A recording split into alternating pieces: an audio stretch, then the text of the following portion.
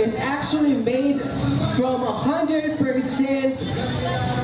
upcycled materials, meaning kanang atong gina-kolekta ng mga basura sa tibok lungsod sa Tagoloan, gina-recycle para mahimong mga bangko, mga lamisa, o kaning kantago emblem na inyong nakita on stage.